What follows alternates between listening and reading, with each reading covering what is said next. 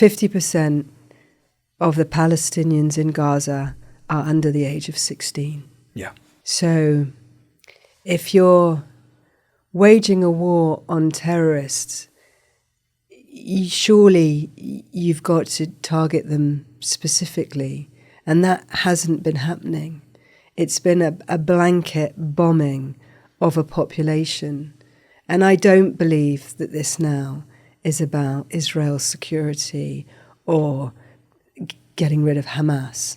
This is purely the destruction of a population, and that is a human rights issue. And when you hear statements like, this is a war on children, would you tend to agree with it? It can't be viewed as anything else because 50% of the population are children.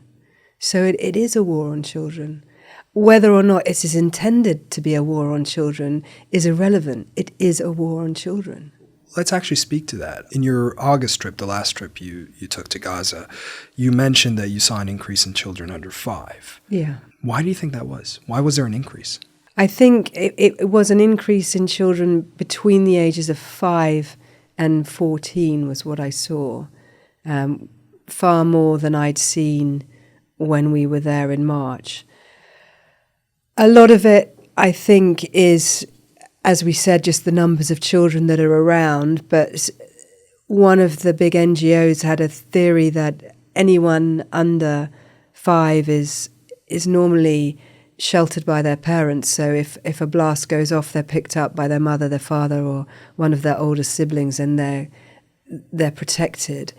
And anyone over 14 is normally pretty agile on their feet and aware of the situation around them. Bomb goes off, they run. And I think that tranche of children that are just a bit too old to pick up and not quite old enough to have their wits about them are not in a situation that they can get themselves out of.